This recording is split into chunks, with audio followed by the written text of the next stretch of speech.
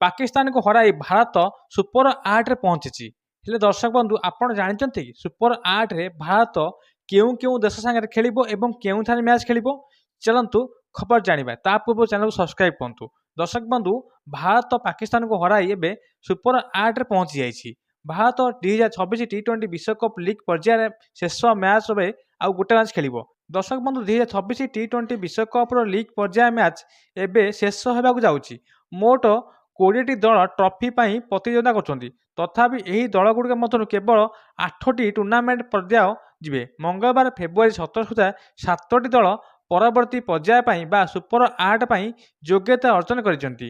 ବାକି ରହିଯାଇଛି ଆଉ ଗୋଟିଏ ଦଳ କିଏ ଯିବ ସୁପର 8କୁ। କାହିଁକି ନା ଆଜି ଖେଳାଯିବ ପାକିସ୍ତାନ ଏବଂ ନାମିବିଆ ମ୍ୟାଚ୍। ଯଦି ଆଜି ପାକିସ୍ତାନ ଜିତିଯାଉଛି ତାହେଲେ ପାକିସ୍ତାନ ଯିବ ସୁପର 8କୁ। କିନ୍ତୁ ବର୍ତ୍ତମାନ ପାକିସ୍ତାନ ଏବଂ ଆମେରିକା ମଧ୍ୟରେ ଗୋଟିଏ ଦଳ ପରବର୍ତ୍ତୀ ପର୍ଯ୍ୟାୟରେ ଯୋଗଦାନ ଅର୍ଜନ କରିବେ। ବର୍ତ୍ତମାନ ଭାରତ, ଇଂଲଣ୍ଡ, ୱେଷ୍ଟଇଣ୍ଡିଜ, ଦକ୍ଷିଣ ଆଫ୍ରିକା, ଶ୍ରୀଲଙ୍କା, ନ୍ୟୁଜିଲାଣ୍ଡ ଏବଂ ଜିମ୍ବାୱେ ସୁପର 8 ପାଇଁ ଯୋଗ୍ୟତା ଅର୍ଜନ କରିଛନ୍ତି। ଭାରତର ଦଳ ସୁପର 8ରେ କେଉଁ ଦଳ ବିପକ୍ଷରେ କେବେ ଖେଳିବ ଚାଲନ୍ତୁ ଜାଣିବା। ଦର୍ଶକ ବନ୍ଧୁ 26 ଟି20 ବିଶ୍ୱକପ୍ର ସୁପର 8ରେ ଭାରତ ଦକ୍ଷିଣ ଆଫ୍ରିକା, ୱେଷ୍ଟଇଣ୍ଡିଜ ଓ ଜିମ୍ବାୱେକୁ ଭେଟିବ। ତଥାପି ଟିମ୍ ଇଣ୍ଡିଆର ଏବେ ବି ଗୋଟିଏ ଲିଗ୍ ପର୍ଯ୍ୟାୟ ମ୍ୟାଚ୍ ବାକି ଅଛି। ଟିମ୍ ଇଣ୍ଡିଆ ବୁଧବାର ଫେବୃଆରୀ 18 ତାରିଖରେ ଅହମ୍ମଦାବାଦ ନରେନ୍ଦ୍ର ମୋଦି ଷ୍ଟାଡିୟମରେ ଲିଗ୍ ପର୍ଯ୍ୟାୟ ଖେଳିବ ଏବଂ ଏହାପରେ ଭାରତ ରବିବାର ଫେବୃଆରୀ 22ରେ ସୁପର 8 ପର୍ଯ୍ୟାୟ ଆରମ୍ଭ କରିବ। ଦର୍ଶକ ବନ୍ଧୁ ସୁପର 8ରେ ଫେବୃଆରୀ 22ରେ ଦକ୍ଷିଣ ଆଫ୍ରିକାରେ ଅହମ୍ମଦାବାଦ ନରେନ୍ଦ୍ର ମୋଦି ଷ୍ଟାଡିୟମରେ ଖେଳିବ ଭାରତ।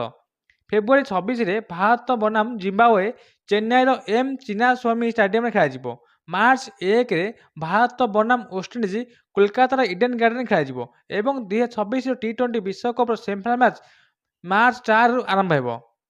ଇଏ ହେଉଛି ସବୁଠୁ ବଡ଼ ଖବର ଯିଏକି ସୁପର 8ରେ ପହଞ୍ଚିଛନ୍ତି ଭାରତ, ଇଂଲଣ୍ଡ, ୱେଷ୍ଟଇଣ୍ଡିଜ, ଦକ୍ଷିଣ ଆଫ୍ରିକା, ଶ୍ରୀଲଙ୍କା ଏବଂ ନ୍ୟୁଜିଲାଣ୍ଡ ଓ ଜିମ୍ବାୱେ। ଯାହାକି ଭାରତ ତାର ଖେଳୁଛି ପ୍ରଥମ ଫେବୃଆରୀ 22 ସୁପର 8 ମ୍ୟାଚ୍ରେ ଦକ୍ଷିଣ ଆଫ୍ରିକାକୁ, ଫେବୃଆରୀ 26ରେ ଜିମ୍ବାୱେକୁ, ମାର୍ଚ୍ଚ 1ରେ ୱେଷ୍ଟଇଣ୍ଡିଜକୁ ଖେଳିବ ଭାରତ।